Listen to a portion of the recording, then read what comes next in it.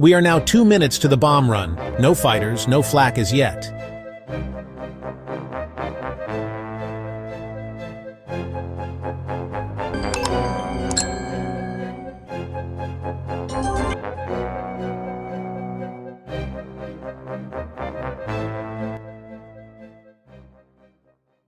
Primary is no-go. 3 passes and the aim point still obscured. Flak's accurate for altitude and getting close. Navigator plot course southwest to Nagasaki.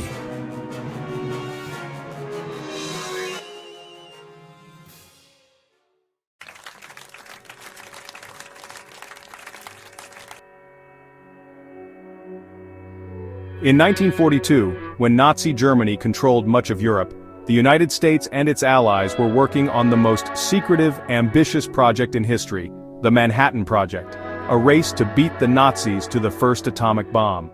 The weapon was developed at Los Alamos, high above Santa Fe, New Mexico, where scientists built a plutonium implosion device.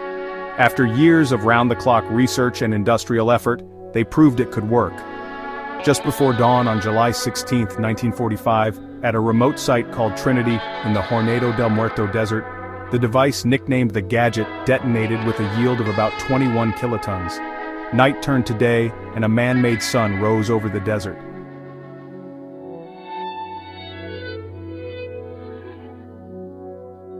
President Harry Truman was in Potsdam when news of Trinity reached him. A coded cable from New Mexico reported the test had been successful beyond expectations. It changed the tone of the conference with Churchill and Stalin across the table. Truman now knew the bomb worked. On July 24, he told Stalin, deliberately vague, that the United States had a weapon of unusual destructive power. Stalin, with a smirk, replied, "I hope you'll make good use of it against the Japanese," knowing full well about the secrets of the Manhattan Project through espionage. 2 days later, on July 26, came the Potsdam Declaration issued by the United States, Britain, and China. It called on Japan to surrender unconditionally, promised no enslavement of the nation, but demanded disarmament and war crimes trials, and warned that if Japan failed to meet these demands, it would face prompt and utter destruction. In Tokyo, the divided leadership effectively did not accept, choosing to ignore the declaration with silence while pursuing a last-ditch hope for Soviet mediation. But even before that answer, the machinery was in motion. On July 25, Truman approved General Karl Spart's order authorizing the composite group to deliver atomic bombs as soon after August 3, as weather permitted, against a target list that included Hiroshima, Kokura, Nagata, and Nagasaki. Kyoto, once at top the list, had been removed after Secretary of War Henry Stimson argued it was the cultural and academic heart of Japan, and preserving it would matter for post-war reconciliation. Tokyo was not chosen because months of firebombing had already devastated the city, making damage assessment close to impossible. Instead, Hiroshima remained largely untouched, making it an ideal site to clearly gauge the atomic bomb's devastating effects. On August 6, 1945, the meticulously planned mission commenced at the Northfield Air Base on Tinian Island. At precisely 2:45 a.m., the silver Boeing B-29 Superfortress named Enola Gay, piloted by Colonel Paul Tibbets, roared down the runway, carrying the world's first combat-ready atomic bomb, sea-named Little Boy. Weather's clear ahead, ceiling unlimited. Maintain course and altitude, ETA to the IP on time. 2 accompanying aircraft, the Great Artiste, equipped with instrumentation to measure the bomb's explosive force and necessary evil, tasked with photography and documentation, followed closely behind. Little Boy was a gun-type uranium-235 fission bomb, weighing approximately 9,700 pounds, or about 4,400 kilograms, designed to achieve critical mass through the rapid firing of a uranium projectile into a uranium target. This sudden union would initiate an uncontrolled chain reaction, releasing the equivalent explosive force of approximately 15,000 tons or 15 kilotons of TNT. After a 6-hour flight covering roughly 500 m or about 2,400 kilometers, the formation approached the Japanese mainland. Around 700 a.m. weather reconnaissance aircraft, straight flush, had earlier confirmed clear skies over Hiroshima, sealing the city's fate. Approaching at an altitude of 31,000 feet or about 9.5 kilometers, Tibbets began his bombing run, handing final control to Bombardier Major Thomas Farabee. Japanese radar detected the small group of aircraft around 7:09 a.m., prompting initial air raid sirens in Hiroshima. However, When observers realized it was only 3 planes, the military assumed it was merely a reconnaissance mission, rather than a bombing raid. Tragically, they canceled the alert, allowing daily life to resume in the city. At 8:09 a.m., the target Ioi Bridge near the city center came clearly into view through Farabi's Norden bomb site. Precisely at 8:15 a.m., as Enola Gay reached the optimal release point, Farah triggered the mechanism, opening the bomb bay doors and releasing Little Boy toward Hiroshima.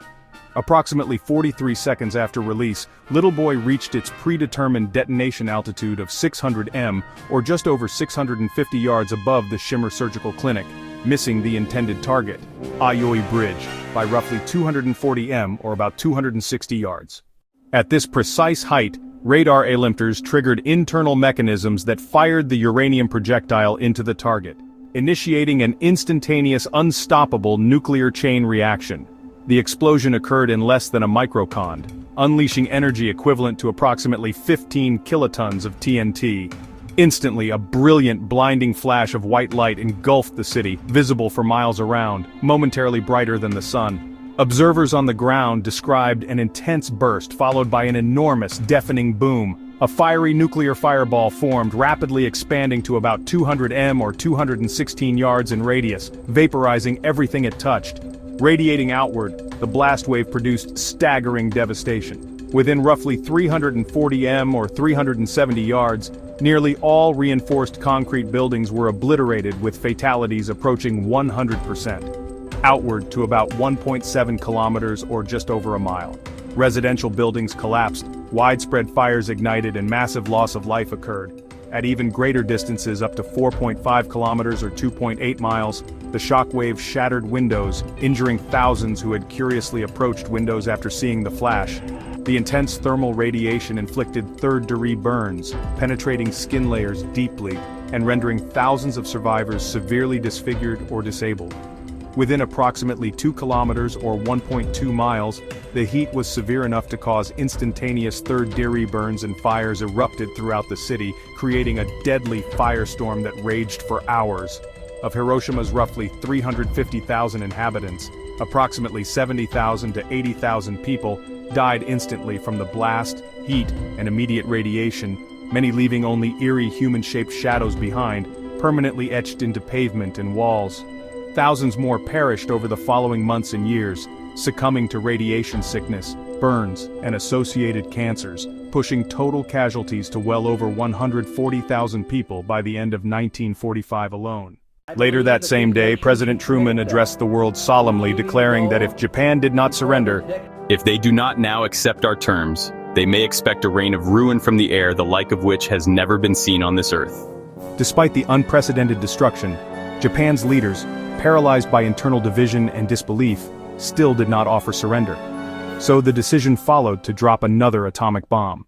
On August 9, 1945, 3 days after Hiroshima was destroyed, another meticulously planned atomic bombing mission took off from Northfield Air Base on Tinian Island, aiming to compel Japan's surrender. This time, 6 B-29 aircraft were assigned specific roles. The primary aircraft, a silver B-29 named Bockscar, piloted by Major Charles Sweeney, carried Fat Man, a plutonium-based implosion-type atomic bomb, far more sophisticated and powerful than the uranium-based device used on Hiroshima. The Great Artiste was tasked again with blast measurement instrumentation, while Big Stink was assigned photographic documentation. 2 weather reconnaissance planes, Enola Gay, monitoring conditions over Kokura and Lagan Dragon, checking Nagasaki flew ahead, and a spare aircraft Full House returned early due to technical issues and did not proceed to the target. Shortly after takeoff, Bockscar faced a significant problem. A fuel transfer pump failed, leaving around 640 gall of fuel unusable. Meanwhile, Big Stink failed to correctly make the planned rendezvous over Yakushima Island, south of the Japanese mainland. Flying at the wrong altitude and executing long dogleg patterns, rather than the brief, tight circles causing confusion and delay, the formation proceeded toward Kokura, their primary target.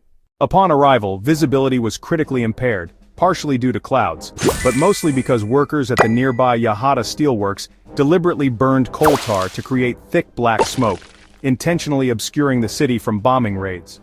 Bockscar attempted 3 separate bombing runs over Kokura. each unsuccessful as Bombardier Captain Kermit Byans struggled to visually confirm the aiming point. Adding to their urgency, increasingly accurate Japanese anti-aircraft fire bracketed the aircraft. Eventually, after the third failed pass, the crew abandoned Kokura for their secondary target, Nagasaki. The failed attempt on Kokura later gave rise to the phrase, Kokura's luck, referring to narrowly escaping disaster without even realizing it. As Bockscar turned southwest toward Nagasaki, fuel became critically low. Although the crew had agreed beforehand that landing with a fully armed atomic bomb was too risky, making ditching the Fat Man at sea preferable, it was decided that radar bombing over Nagasaki could be performed if visual targeting failed, with jettisoning as a last resort only. Shortly before 11 a.m., the formation arrived over Nagasaki.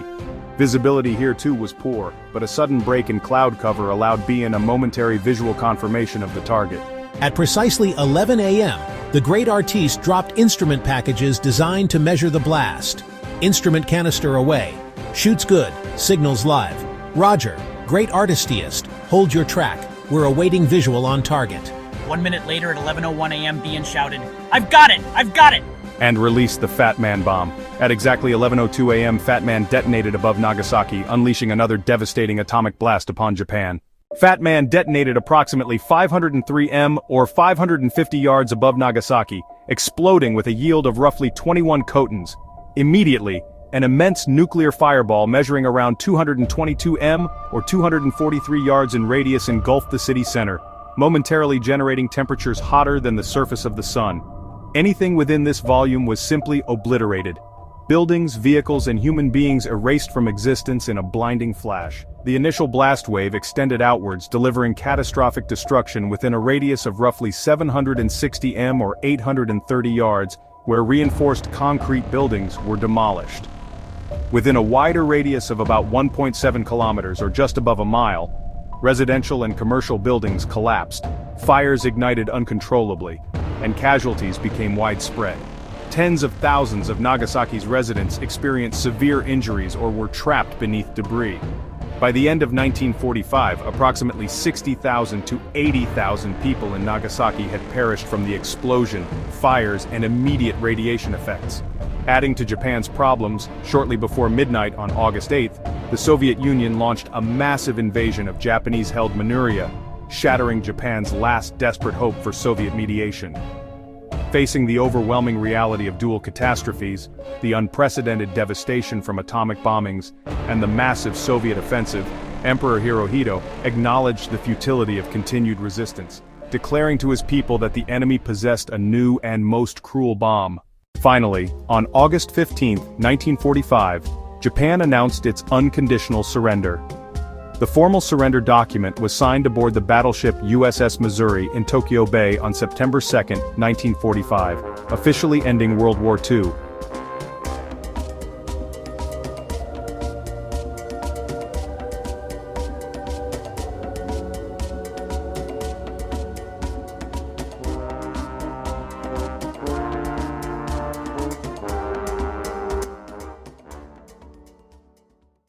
Today, 80 years have passed since humanity first unleashed atomic destruction upon itself. 8 decades since that fateful event, often called man's last bomb, the world still lives under the shadow of nuclear annihilation.